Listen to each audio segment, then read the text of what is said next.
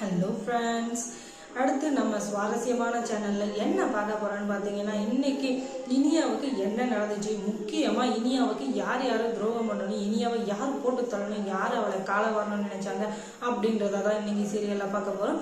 முதல்ல என்ன நடக்குது அப்படின்னு பார்த்தீங்கன்னா, விக்ரம் வந்துட்டு ஒரு வழியாக கிட்டத்தட்ட அந்த மாயாவை நெருங்கிட்டாரு.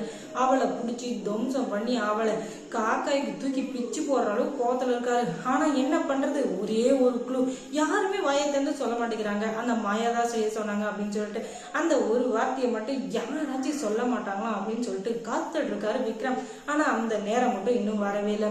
கிட்டத்தட்ட விக்ரம் வந்து மாயாவை நெருங்கிட்டாரு. மாயா தான் இந்த தப்பு செஞ்சிருக்கா அப்படின்னு சொல்லிட்டு. ஆனா எந்தவித ஆதாரமும் இல்லாததுனால அவரும் கொஞ்சம் அமைதியா தான் இருக்காரு. எப்படியாச்சும் அவள் மாட்டாமையா போயிடுவா, அதுக்கப்புறம் அவளை கஞ்சி கசியறான் பாருங்க அப்படின்னு சொல்லிட்டு பயங்கர கோவத்துல இருக்காரு. இன்னொரு பக்கம் இந்த மாயாவுக்கு இன்னும் கோவம் அதிகமாகுது.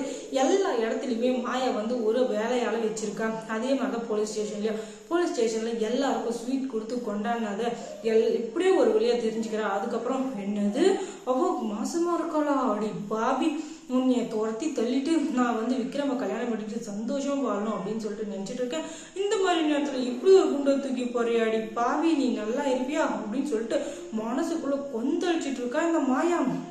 மாயாவை எப்படி சமாதானப்படுத்துறதுன்னு தெரியாத மாயாவை திக்கி திணறி முடிச்சுக்கிறா. ஏன்னா இப்போதைக்கு அவளுக்கு ஆறுதலா இருந்தது அந்த சிவனாண்டி தான். அந்த சிவனாண்டியும் கொலை பண்ணிட்டா. இப்ப யார் அவளை ஆறுதல் பண்ண போறாங்க, யார் அவளுக்கு சப்போர்ட்டா இருக்க போறாங்க அதுதான் தெரியல. ஒரே ஒரு ஆளால தான் முடியாது, நம்ம விக்ரமால தான். ஆனா விக்ரம் வந்து எக்காரணம் கொண்டது சரி, அவர் தலைக்கீழ நின்றாலும் சரி, குட்டிக்காரனை அடிச்சாலும் சரி, இனியா விட்டு வரவே மாட்டாரு. அது தெரியாத இந்த மாயா இருந்துகிட்டு நான் தலைக்கீழாதான் குதிப்பேன், விக்ரமா தான் கல்யாணம் பண்ணுவோம் அப்படின்னு சொல்லிட்டு பயங்கர பகல் கனவு கண்டுதா.